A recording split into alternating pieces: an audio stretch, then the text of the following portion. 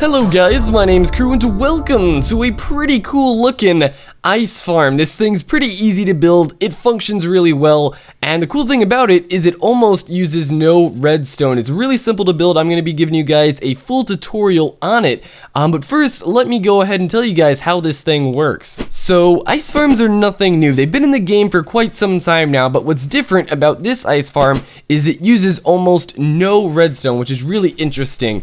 For all the piston pushing, it uses a minecart and activator rails. Now this idea was brought up by Etho. I went ahead, took his design, modified it a little bit more, made it a little bit more efficient, and I thought this design was really interesting and really a different way to build an ice farm that doesn't require too much redstone. So as long as you got the iron that's needed to craft the rails, you should be good to go. This thing does also require a bunch of pistons, but you will get tons of ice from this machine. So anyway, let me go ahead and explain how it works here real quick. So we have all of these water source blocks in the back, and they have water blocks behind them and to the left and right. This way the water blocks go ahead and get refilled every time an ice is frozen. So when the water goes ahead and freezes, it turns into ice obviously, and we have a minecart that runs around and pushes the ice blocks up.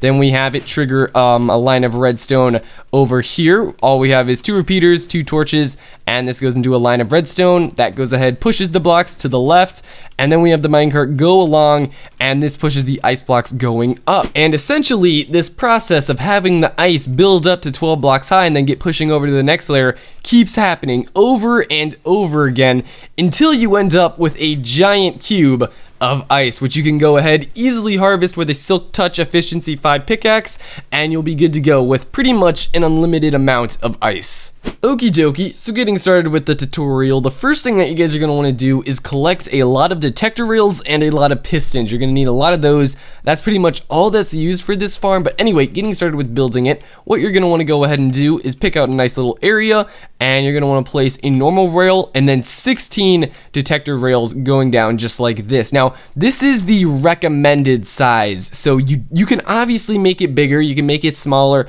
do whatever you want to do, just make sure you do an even number of rows. So this row that I'm doing here, it's going to be 16 detector rails long, then we're going to curve in, and then we're going to go 16 detector rails long again. Now you have to have an even number of rails, doesn't matter how many you have, and we're going to go ahead, make sure those don't connect up, and then we're going to go 16 back this way, and we're going to want to do this a total of 6 times. Alright, so now I have 6 rows of detector rails, all 16 long. There we go, 1, 2, 3, 4, 5, 6, and they are 16 long. Now at the end here, what we're going to go ahead and do is we're going to go ahead, curve this block around here. I'm going to place a redstone block and then connect them up like this, and you're going to want to make sure these are powered rails. This is going to give your minecart the boost that it needs to go around this curve. Make sure this one's a powered rail as well. Now because this track is so long, we're going to actually break these 2 rails down here.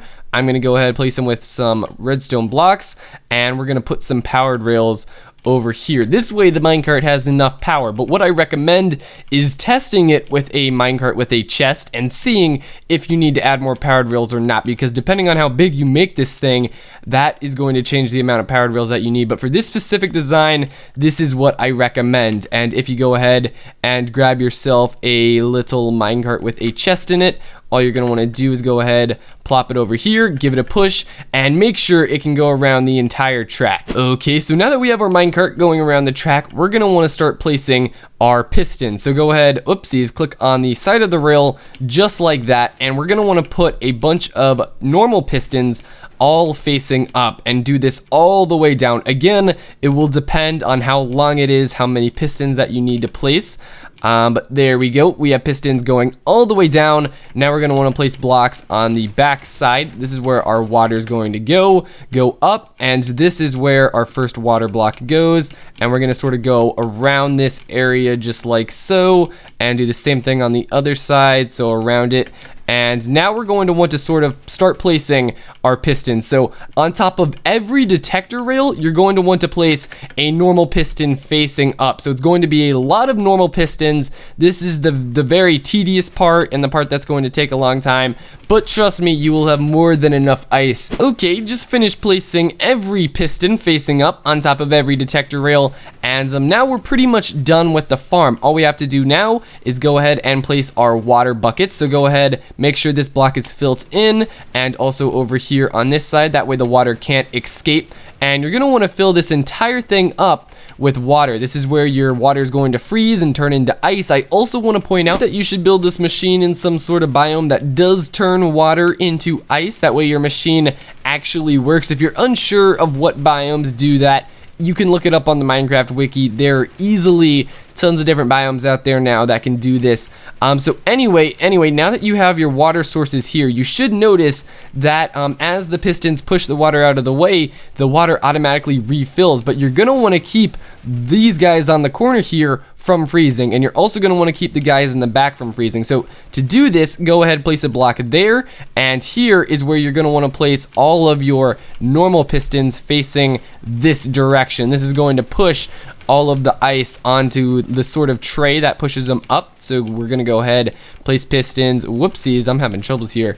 All right, place pistons going all the way down, and then on this side we're also gonna want to place a block right there. That way the water doesn't turn into ice, and make sure they're all water source blocks in the back. And you should notice that they keep refilling as the minecart goes past. Okay, so one final step, you may have noticed that on the end here, I did place one extra detector rail, and right now it's currently not doing anything, but what you're gonna wanna do is go ahead and go under it, so it's this block right here, and you're going to want to place two repeaters, so one facing this direction, 4 ticks of delay, another one, 4 ticks of delay, have this guy going into a block, a redstone torch, a block, a redstone torch, and then we're going to go ahead and start placing blocks here. We're going to want to go ahead, go all the way down to the end, and then at the end we're going to place a block right on the top, and then place redstone all along the back, just like so, and a block right there.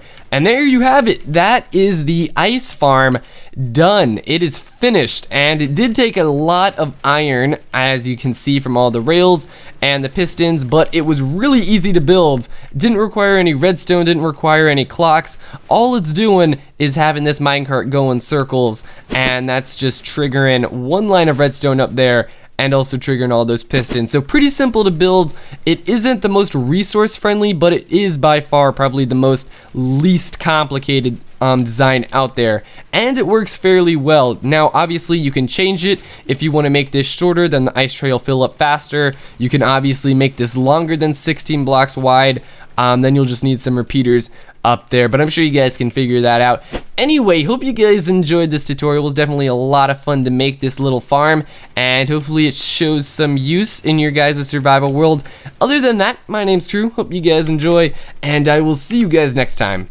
Adios.